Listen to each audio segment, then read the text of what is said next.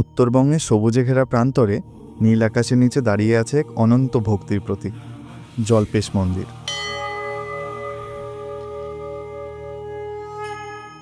এখানে বিরাজ করেন মহাদেব জল্পেশ রূপে। শতাব্দীর পর শতাব্দী ধরে ভক্তদের প্রার্থনা তিনি শুনেই চলেছেন।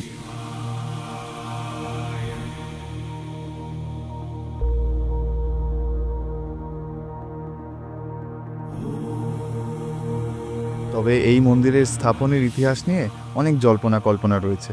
কে কবে এই মন্দির স্থাপন করেন সেই বিষয় নিয়ে অনেক ধরনের জনশ্রুতি এবং বিভিন্ন রকমের আর্টিকেল দেখতে পাওয়া যায়।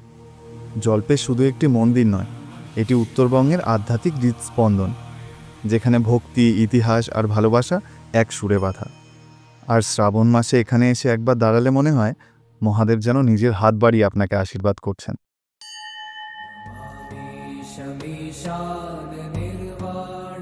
আর সেই আশীর্বাদ পেতে লক্ষ লক্ষ মানুষের মতন আমিও এখানে চলে আসি। আর মন্দিরের পাশের পুকুরটাতে স্নান করে দাঁড়িয়ে পড়ি 2-3 কিলোমিটার পেছনে একটা লাইনে।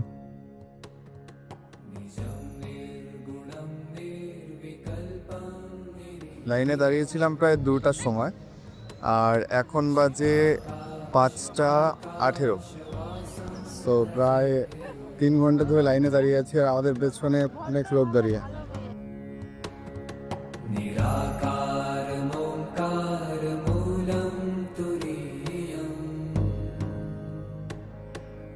কেউ মাঝরাত, কেউ বা ভোর থেকে লাইনে দাঁড়িয়ে আছেন। শরীর ক্লান্ত হয়ে গেলেও কারোর মন কিন্তু ক্লান্ত নয়।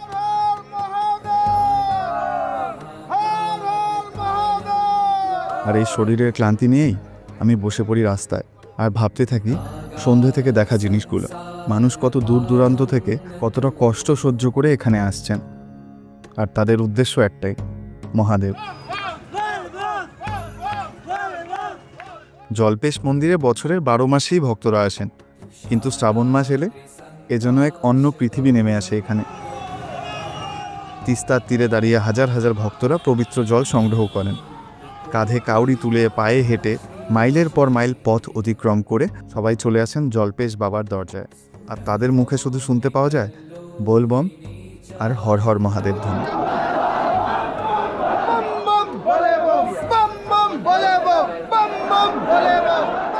কেন জানি না মনে হয় যে সেই ধ্বনি তাদেরকে এক অন্য অনুপ্রেরণা যোগায়, তাদের ক্লান্ত হতে দেয় না।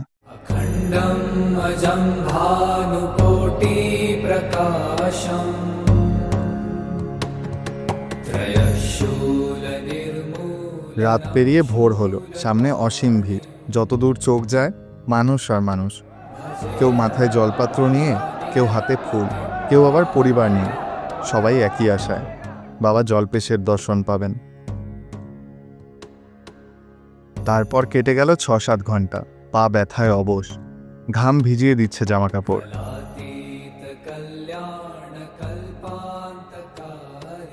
আর অবশেষে মন্দিরের ভেতরে প্রবেশ করি।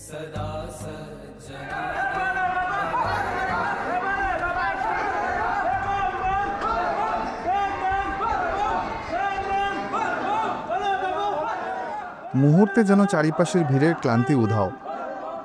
সবাই একসাথে স্লোগান তুলতে শুরু করে, হর হর মহাদেব।